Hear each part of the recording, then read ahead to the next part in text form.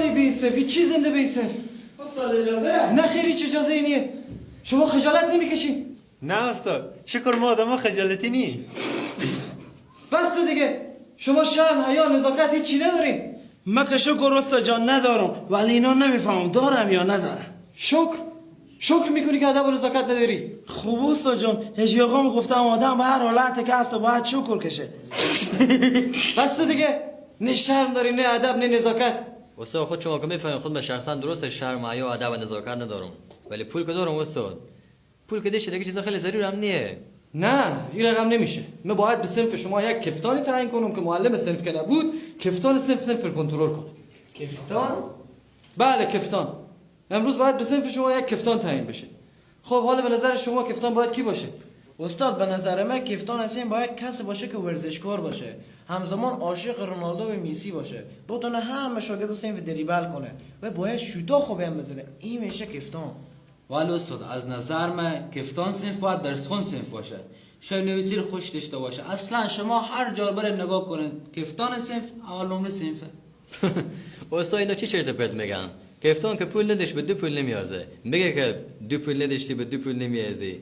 کفتان بعد هجیزاده باشه، کفتان بعد گوشی آیفون داشته باشه، کفتان بعد آنقدر پول داشته باشه که پول رشوت هرگز به نظر نیه. نام خدا هر کس نظر خاصی داره. حامد جان نظر شما چیه؟ به نام خدا به نظر مصابه کفتان بیعقل باشه. با تشکر. نخند. استاد جان، کفتان مگر چالاک باشه. یعنی اگه شما کفتان استاد کنه که چالاک نباشه اصلا نمیتونه صنف رو مدیریت کنه. کفتان مگر چمه خمر بلد باشه. عجب. استاد جان کفتان مگر اسم فرید باشه.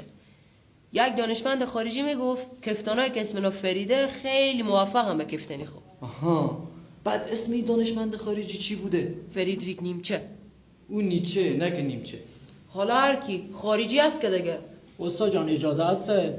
استاد جان بشنیدیم که میگن تا نباشد چوب تر فرمان نبرد مرغ و کفتار. بشنیدیم. منظور تو چیه؟ منظور اینه که کفتان مگر چالان باشه. یعنی چی چالان باشه؟ چالان یعنی 100 گپ به 1 گپ، 1 گپ به هیچی. چالان یعنی خود بنده، شخص خودمه. شما 100 امی صنف به دست ما بدیم، سعی کنیم که از این دیوارا صدا به در میشه، از این بچه ها نه این رقم نمیشه. همه شما ما این کفتان باشیم. ما باید یک مکانیزمی مشخص کنیم که از طریق این مکانیزم کفتان رو تعیین کنیم. مکانیزم خوب استاد، خوش دارم مکانیزم. ما که استاد نفهمیدیم شما چی گفتیم، ولی اگه منظور شما بودم که خوب گفتیم. نه خیر منظورم شما نبودی. گفتم مکانیزم یعنی یک راهی تعیین بکنیم که از طریق از این راه کفتان شما مشخص بشه. به نظر ما استاد بیایم زور دست بندازیم. هر کی که زور دستی بیشتر بود همون کفتان میشه به صنف. ها چی گفتین؟ هر کس که زوری بیشتر بود کفتان باشه. بچه جان اینجی صنف جیمه یا جنگل جیم؟ استاد جان صنف جی. مگر جنگلی که هر کس زوری بیشتر باشه کفتان بشه؟ دیگه راهی نیست استاد جان. استاد جان انتخابات میکنیم، رای گیری میکنیم، ببینیم کی از همه بیشتر رای میگیره. هر کی از همه بیشتر رای آورد همون رو کفتان میکنیم.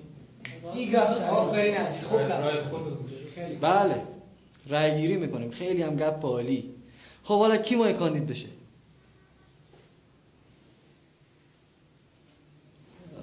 یعنی همه شما ما این کاندید بشین؟ بله. خب کی رای بده؟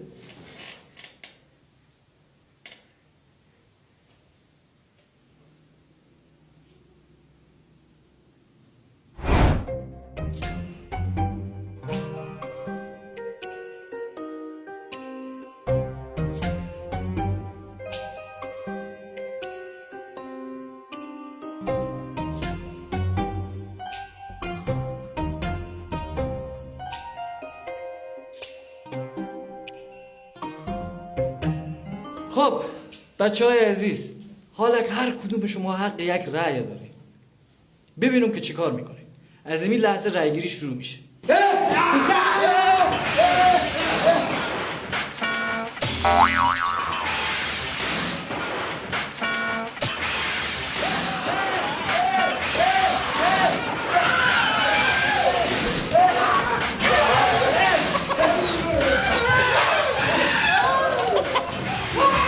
ای جنگ و جنجال شب نویسی بنویسم.